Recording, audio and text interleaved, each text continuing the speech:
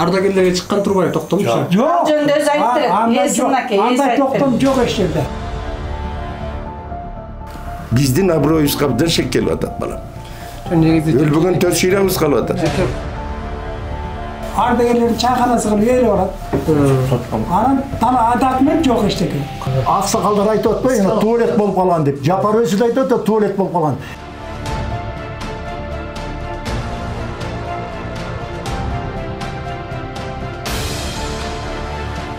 Тыйындын эки бети бар. Саякбаев Жайлуу агабыздын алдына келип отурабыз. Кыргыз Республикасынын жогорку сотуна 8 жолу 9 жолу барып отурумга катыштык. Туура маселе жагдай жаратып, буларды да алдайт, элди да алдайт, мэрияны да алдап жүргөн.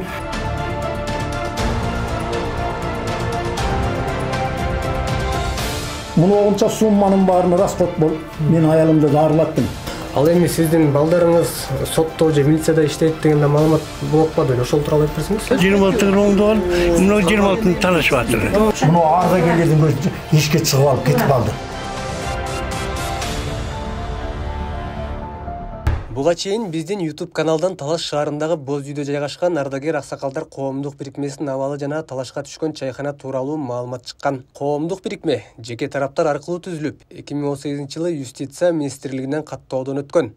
Бул коомдук бирикменин дагы аталышы ардагер аксакалдар болгондуктан, мыйзамдын негизинде түзүлгөн ардагер аксакалдар коомдук уюмунун мүчөлөрү дагы өздөрүнүн пикирлерин билдиришти. Алардын айтымында, Кыргыз Республикасынын мыйзамынын негизинде түзүлгөн улуу ата мекендик согуштун, куралдуу күчтөрдүн, укук коргоо органдарынын ардагерлерине жана Экинчи дүйнөлүк согуш учурунда орукта эмгектенген ардагерлердин коомдук уюмуна Талас облустук өкүлчүлүгү жана Талас шаардык мэриясы тарабынан урмат сый менен жакшы көңүл бурулат. Облустук ардагерлерге дагы, шаардык ардагер аксакалдарга дагы мамлекет тарабынан имарат бөлүнүп, кошумча жардамдар берилип турат.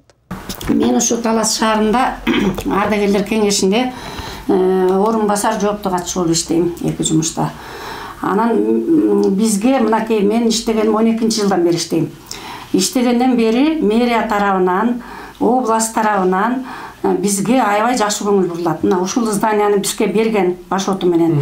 Ушул жерде кабинетибиз бар, бу жерде төрага отурат, биякта мен отурам.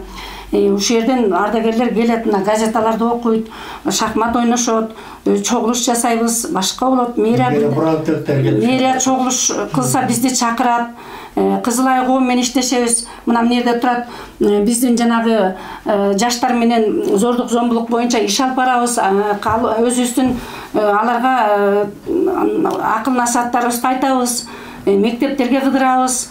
Алар дагы бизди билет бардыгы. Бизди ушул жерде ардагерлердин конторасы экенин бардыгы билет. Талас область боюнча бизди аябай көңүл бурушат. Жана чайкана кантип сатылып кетти анда? Чайкана мындай болуптур. Мен аны тарыхын окудум. 93-жылы негизи ошо ардагерлерге чыккан турбайбы токтомчу? Жок. Жөнүндө өз айтты. Андай токтом жок эч жерде. Ардагерлерге енчилен деген токтом жок. Жок. 93-жылы ардагерлер уюшулган эмес. Ал талашы жок, эчтекеси жок эле жүрүп, мынагы жигиттин келинчеги кортопто иштейт экен. Баягы ал туалет эмес, тиги укмуштардан таралып кетти го. Азыр көрүнүп турат. Приватизация. Ал туалет болуп турган учурда бугунун келинчегине оформить этилип калат. Магазин. Туалет болуп турчу. Сакыны сатылып. Эч ким кирбей эле туалет болуп калат. Анан ошону оформить этип калат буларга. Жогорку сот, анан кийин соттошуп, жапар соттошуп, талашып, бизди бетине кармап алып, аялга чай бермиш болуп, ардагерлердин чайканасы кылып ээлеп барат. Анан тала документ жок эчтеке. Ошо арендага алып иштетчү экен. Биздин ардагерлер атынан биз ээ болуп калабыз. Документ жок. Биз ошол эле самат телефондон сен берген немеңди окудук. Уктук, баарын көрдүк. Анан биздин бир эң негизги намыстанып аткан нерсебиз, мен мисалы үчүн балдарым Россияда. Ата дейт, ушу боз үйгө неметип ардагерлер кеңешинин мүчөсү болбой эле койбойсузбу дейт. Неге ушу ардагерлер мүчөсүмүн, ушул жерде член президиум председателимин деп жүрөсүз, анан кийин ушу боз үйдө жүрөсүзбү дейт. Бул энди биздин жалпы Таластын бүтүн аксакалдарына биздин аброюбузга абдан шек келип атат балам. негизи өлбөгөн 4 шыйрабыз калып атат. жеке коом тууралуу чыкканда негизи бул жерде сиздерге да сөз тийип атат да. Аты окшош болгон үчүн сиздерге дагы мэрияга да сөз тийип атат. Буга чейин Талас облусунун Талас шаарында Жапар аксакал бизге кайрылып, ушундай бир чайхана жеке менчикке чыгып кетти, бизден тартып алды деген маалымат менен айткан бизге. Тыйындын эки бети бар демекчи, биз ошол жерге ээлик кылган Саякбаев Жайлуу агабыздын алдына келип отурабыз. Азыр бул агабыз бизге ушул аталган буга чейинки эфирде айтылган чайханага кандайча ээлик кылган жана кандай документтери бар экенин өзү көргөзүп берет. Саламатсызбы? Саламатсыздар. Жакшы келипсиңер балдар. Эми мунун историясы боюнча айтайын. Мына историясы боюнча алганда мен муну газетага Кыргыз туусуна эме республикалык газетага, областтык газетага ушул сатылары боюнча атайы жарыя чыгат. Анан жарыя чыккандан кийин мен түз сатуу деген болгон илгери. Менин келинчегим Жумалиева Гүлжан Осмонбековна ушул Горторукта иштегендигине байланыштуу мага түз сатуу жолу менен эле бергиле десем, атайы мыйзам жол бербейт деп, атайы Талас шаарынын мэри мүлк фондусунун жетекчиси жок, мындай сатуу болбойт. Бул атайы аукцион жүрөт, конкурс жүрөт, ошого катышып эл катары сатып алсаңыз болот деп мага кат жүзүндө кат жолдоду. Кайсы жылы болуп атат ошондо? Бул 97-жылы болот. Сиздер жанагы немеге публикага кетип сиз барактап атпайсызбы? 93-жылы алып туруп. 93-жылы биринчиден ардагерлер уюму жок болчу. Ал пенсия курагында эмес, ал мамлекеттик кызматта иштеп турган киши болчу. Ал анда жаш болчу. Анан ошон үчүн ал өзүнүн жана жердеги кырсууну менчикте, ада кырсууну 93-жылы менчикте сурган, ошонун документин берсе, сиз барактап туруп, 93-жылы алган турбайсыз деп койгонуңуздан улам менин дагы укуктук менчик тууралуу укугумду, конституциялык укугумду саал төбөлөп койгондой мен да теригип, мен атайы сизге ушу кайрылайын деп коем, келгениңиз жакшы болду. Мен муну конкурска катышып, жанагы объявлениянын негизинде арыз менен кайрылып, алдан ала төлөй турган төлөмү болот өзүнүн конкурска, аукционга катыш үчүн. Төлөмүн төлөп аукционга катышып, менин аялым экөөбүз катышып, аялым жеңүүчү болуп чыккан. Ошонун негизинде мүлк фондусу токтомго кабыл алып, ошо токтомдун негизинде мага менчик тууралуу мондай укук берген. Ошондо келинчегиңиз өзү Госторпто иштеп отуруп, анан топко катышты эле. Топко келинчегим экөөбүздөн катыштык. Өзү бир ошол жакта кызматта болчу. Ошол жерде технический работник болуп, мына жерде зимний столовойдо иштечи келинчегим ошол кезде. Анан муну да тартып аласыз. Анан муну менин колума тийгенден кийин мен муну госрегистрден барып атайы мына катар номер турат, госрегистрден каттоодон өттүм. Госрегистрден каттоодон өттүп, анан эмени госрегистр өзү көчө боюнча тактоо жүргүздү. Анан тактоо жүргүзүп айтты. Сиз деди, муногу 28 деп жазылып калыптыр. Сиз муну мүлк фондусуна барыңыз деди. Бу жердеги Талас шаардык мүлк фондусуна эмес, госрегистрге барсам, госрегистр справка берди. Мындай 28 деген здание жок, 26 деген здание бар. Мен айттым, туп-туура объявлениеде да бардык жердин баарында номер 26 деп жүрөт. Сатыкка торкко койгондо да 26 деп сатып алгам. Анан булар мамлекеттик мүлк фондусу 28-ти 26 деп ошибочно берип коет. Анан мен биздин областтык мүлк фондусу жоюлуп, чүйгө каратып салгандан кийин мен чүйгө барып документти көтөрүп алып, муну силер туура эмес берип койсуңар десем, алар өтө атайы заседание кылып, менин арызымдын негизинде мени катыштырып туруп, 12 киши отуруп заседация этти. Чүй Талас Бишкек аймактык деп атайы өздөрүнүн мүлк фондусу уюшулган, кийин бери жойгондон. Ошондо төрагасы токтомго кабыл алып туруп, юристке кат жолдоп, ошол жерден эле кат жаздырып, толдоп, өзү башына визасын коюп, муну соответствие келтирип бергин деп токтому да бар. Анан ошондо мунун юрист консульту атайы мына жерге исправление берит деп Нурдин уулу деген юристи атайы мына жерге мына жерде Бишкек аймактык деп мынтип жазып атпай, печати, юридический печать басылып атпайбы? Муну ушинтип мага оңдоп берген. Муну соттошуп жүргөндө Жапар Жусупбеков муну тартып ала салат дагы, подделка документ экен деп туура эмес эле жагдай жаратып, буларды да алдайт, элди да алдайт, мэрияны да алдап жүргөн. Азыркы убакта Талас шаардык мэриясы да муну беш колдой билет. Администрация да беш колдой билет. Мунун үчүн атайы областтык администрация 4 жолу мынтип ушул боюнча териштирүү кылып, мына президенттин аппаратына, СМБга ошо кездеги баарына кат жолдогон. Мындай алып териштирдик, мындай экен, андай экен деп ошол соттук тартиптегинин баарын далилдеп муну жөнөткөн. Бул ага да ыраазы болбогон, экөөбүз соттоштук. 2004-жылдан баштап соттоштук. Эмне үчүн соттоштук? Менден Жапар Жусупбеков арендага сурап алат. Арендага берди. Ал келишимдер бар. Ооба, мына 2000-жылы мына 2000-жылы мына Жапар кел тартып ал. Эмнеге коюп алып тартып ал. Мунун үстүнө койсоң, эмнеге туруп мындай коюп алат. Мына Жапар Жусупбеков менен доого аялым менен келинчеги менен доогор чет. 2000-жылдан 2002-ге чейин чет, 2 жылдык шарт менен. Кайра 2002-жылдан кокуй мен актай албай калдым, минте албай калдым деп кайра 2004-жылга чейин дагы келишим түшөт. Мына Жусупбек Жапар турат. Мен келинчегим Жумалия Гүлжан Осмонбековна Жусупбек арендага берүүчү, бара арендага алуучу деп атат. Анан муну бергенден 2004-жылы бошот десем, бул биздин менчик, биз бербейбиз дейт. Анан эмненин негизинде бербейсиң десем, ардагерлердин, мына ушул жерде отурган ардагерлердин, мына баарын, мына айы, мына ушул жерде отургандардын баарын тескери заблуждение алып, муну туура эмес деп, өзү жалган мурдагы төраганын Жаманкулов Сыйдалы дегендин төраганы колун киктүүнө коюп, ардагерлерге ушу токтом боюнча өткүз деп Сыйдалынын колун коюп коет. Анан биз сотко кайрылсак, ал колунун рукописин алып, Сыйдалынын колу эмес экенин такталды. А киши арыз жазып, аны менен соттошуп, административ чара көрүүсүндө алып, эмне болуп бүттү билбейм, бирок а киши отай ушундай тартиптемек. Анан соттошуп жүрдүк.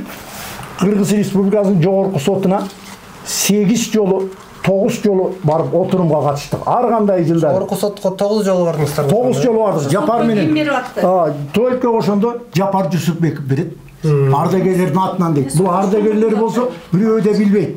Ошондо акыркы жолу качан болду? Бул 2004-жылдан баштап жогорку сотко чейин барып туруп, 2017-жылы дагы акыркы чечим чыгарат. Бул 2017-жылкы акыркы чечим болгон. Ооба, ага чейин 2017-жылкы чечим мынакей.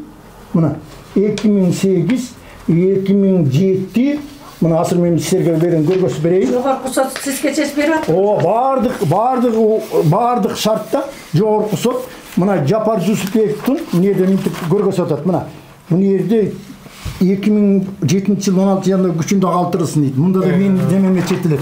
Ал эми берге мынтип токтом кабыл алгандан баштап күчүнө кирет деп жазып атат. Берге жазып атат. Мына даттануучу Жапар Жусупбековдун эмесин, Жапар Жусупбековдун эмесин мына четке кагып атат. Ал мындай шартта мына номер 28 деген дүкөн деп жазылган. Ал эми бул талаш болуп жаткан дүкөн катар номер 26 деген мындай талаш дүкөн 1-май көчөсүндө жайгашкан. Аны сатып алган дүкөн Ленин көчөсүндө жайгашкан деп жалган информация берген. Бу жерде адресин чачта мына өзүңүз көрүп турасыз. Бу жерде Талаш шаарынын 1-май көчөсү деп чорному по белому жазылып турат.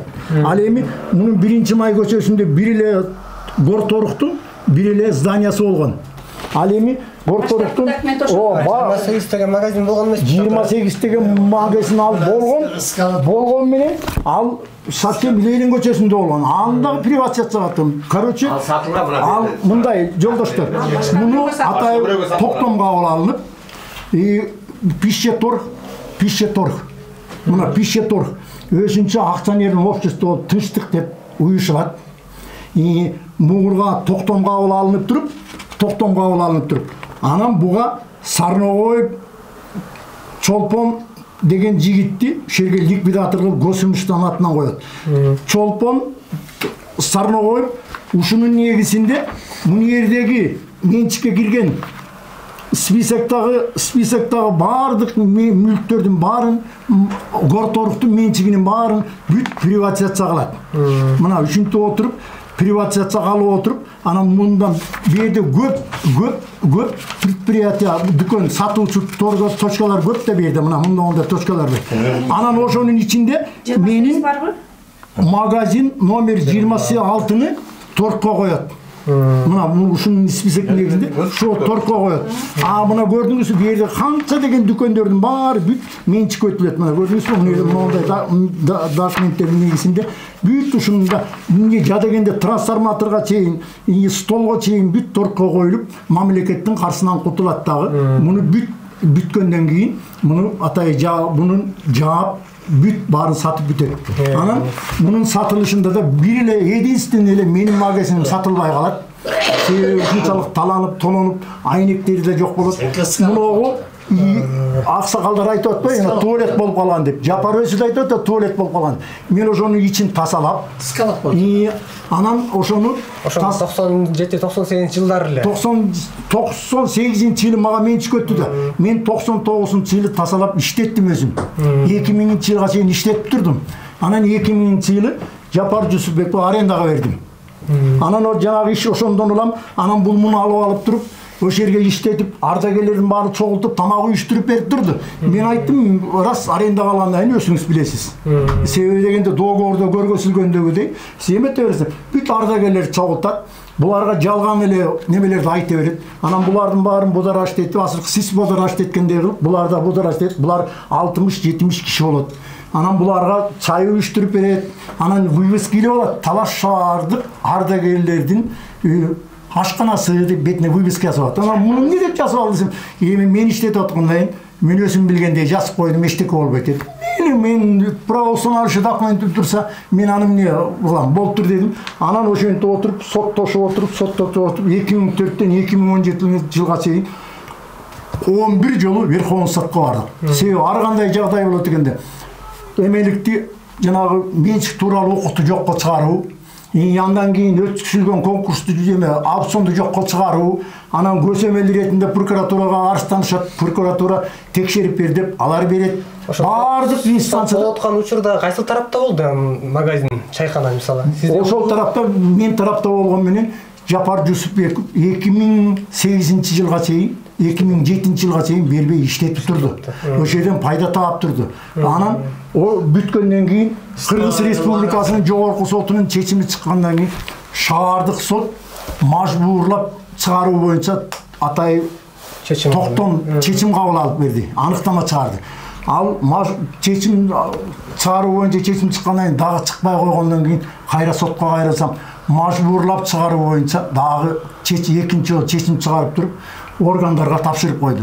Органдар келип туруп ичиндеги өсүн немеректердин баарын чыгарып кетти, ташып эшикке чыгарып койду. Мага өткүзүп берди.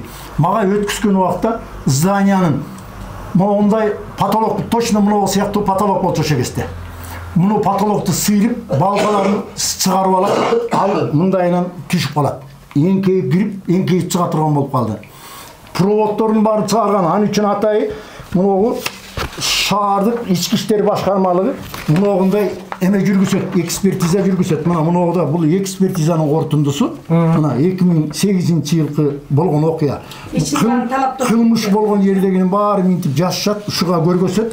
Анан минтип туруп, аныктама кылып, этегине күбөлөрдүн баары коюп, эмнелердин уурдап кеткени боюнча буга жазылат. Анан мен муну шаардык ички иштер башкармалыгына бердим дагы. Муну эми биротоло соттотойн деп ойлодум. Муну өндүртүп алайын деп эметип турган эмес, анан кайра ойлондум мен, аксакал киши экен. Мен ушуну соттотпой эле коеюн деп. Себеби дегенде Талаш шаардык ага тергөөчү эмнелерин чыгарып кеткен боюнча, мына 6 бөлмөнү чыгарып кеткен, мунун баары чыгарып кеткен деген эми ошо боюнча сотко кайрылайын деп кайра кайрылган жок. Арендага берип атканда бар болчу ошолор? Алар бүт бар болчу. Арендада да көргөзүлгөн, мына 6 бөлмөлүү кабина деп атай соттун чечиминде ичин осмотр кылдырып туруп, опис түстүрүп туруп, анан кийин бергенбиз да. Уже бошотуп берген убакта бүт талкалап кетип атыр да.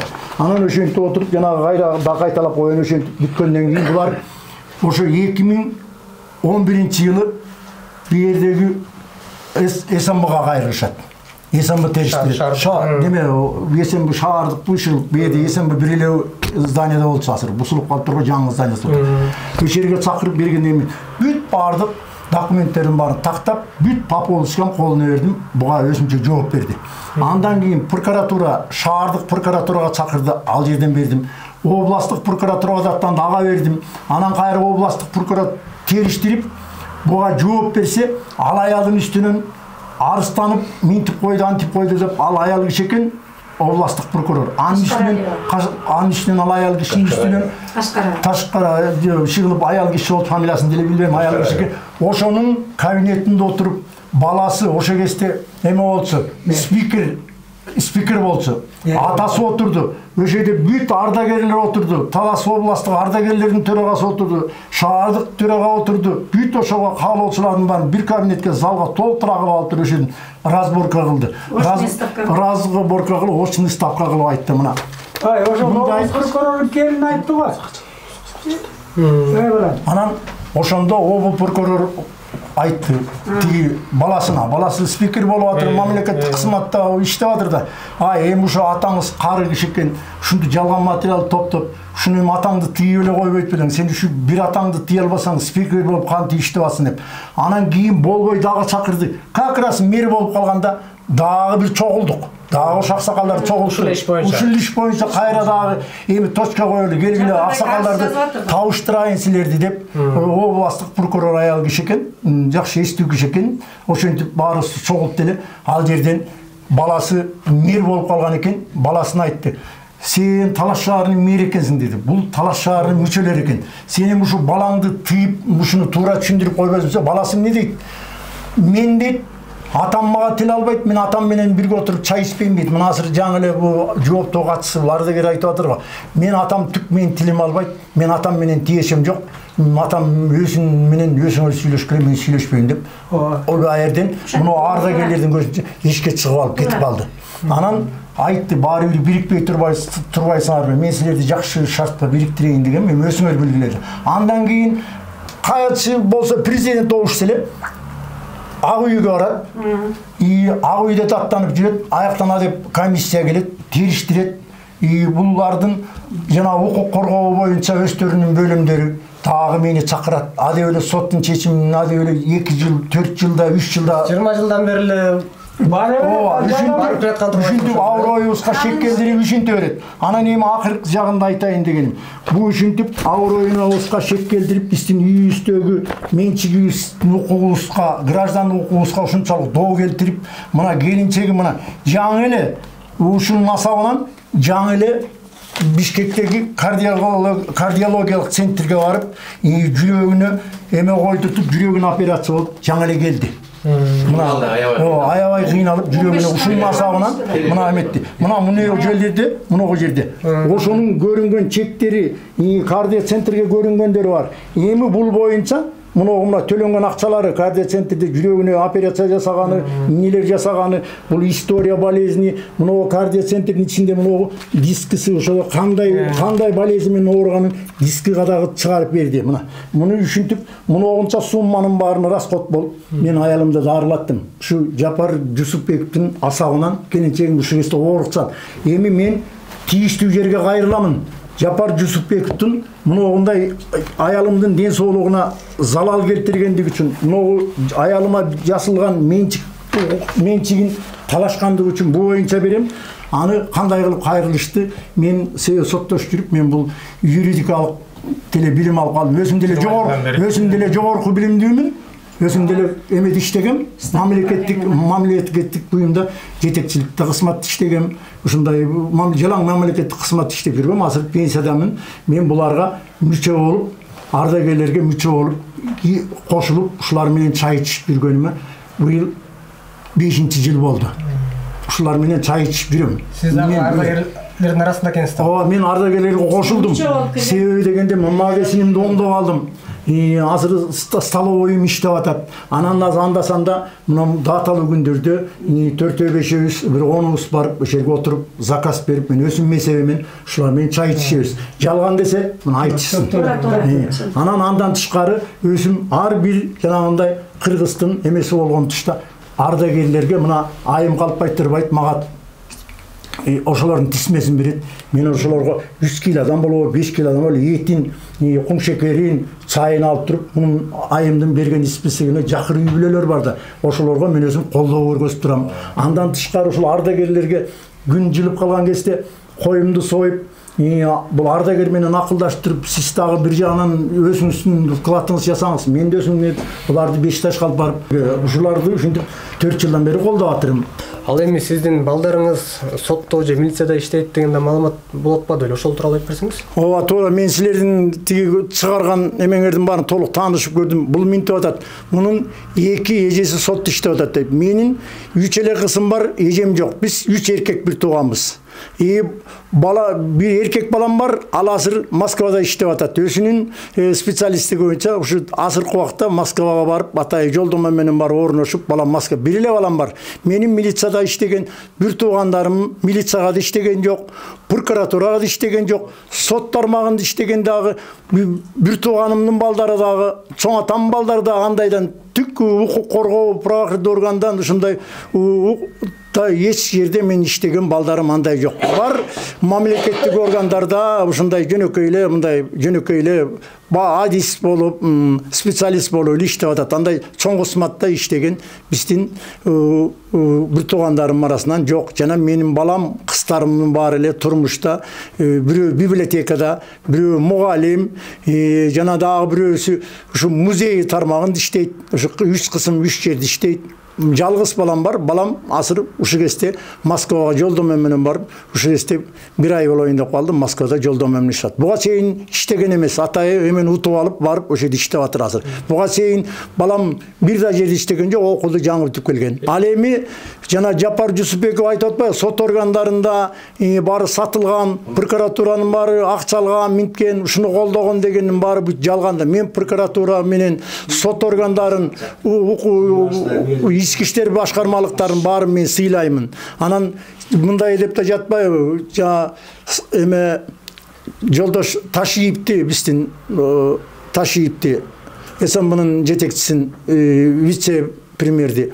Ушул мындай андай деп ошолорго күбө жаап атпайбы? Мунусунун баары жалган. Бул областта кайсы жетекчи укук коргоочу болсо, администрацияда, шаардык администрация жан келген киши болсо, жалаң ошол жерге чоң папкасын көтөрүп алып, көсөйнеңин тагын алып, ошол жерде даттанган, мунусу жалган документ менен 2004-төн баштап, мына азыр 2023 болду. Ошондон бери бир да жерге калтырбай ушинтип даттана берет. Ар бир иштин күнгөйү менен тескейи болот. Жапар Аксакал бизден тартып алды деп кайрылган жердин менчик ээси Жайлоо Саякбаев ал жер ижарага гана берилгенин айтып, жогорку сот бул ишти 9 жолу карап, менчик ээси катары ал тарапка чечип бергенин белгиледи.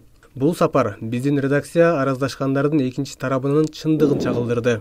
Окуя мындан ары дагы кандай өтүп уланат, сиздерге маалымдап турмакчыбыз.